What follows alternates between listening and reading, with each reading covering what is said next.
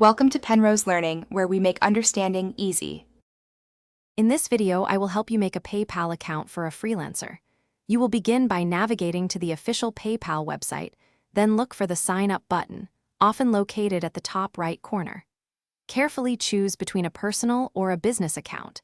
A business account provides professional features like invoicing and accepting various payment methods, which are ideal for managing freelance work efficiently.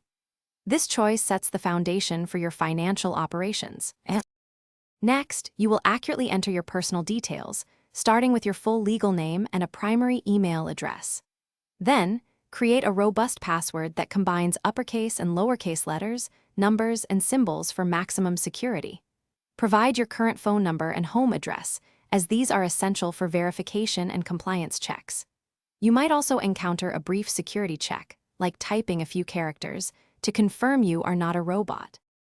Now, it is time to connect a funding source to your new PayPal account.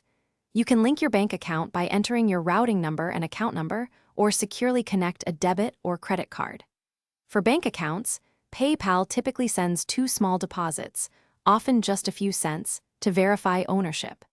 You will need to log back in and confirm these specific amounts to finalize the connection, which usually takes about 2 to 3 business days.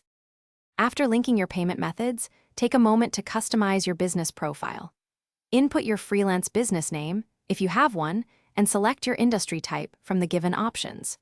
You can also upload a professional logo to brand your payment requests and invoices.